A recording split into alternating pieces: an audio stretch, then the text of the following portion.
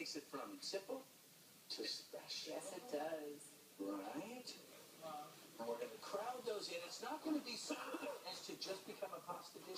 You want to make sure that it still feels like a soup. So I probably added to 8 cups or 10 cups of broth. I added 4 cups of pasta to cook. Mario, would you ever cook the pasta separate and then add it at the end, or is it always in the soup?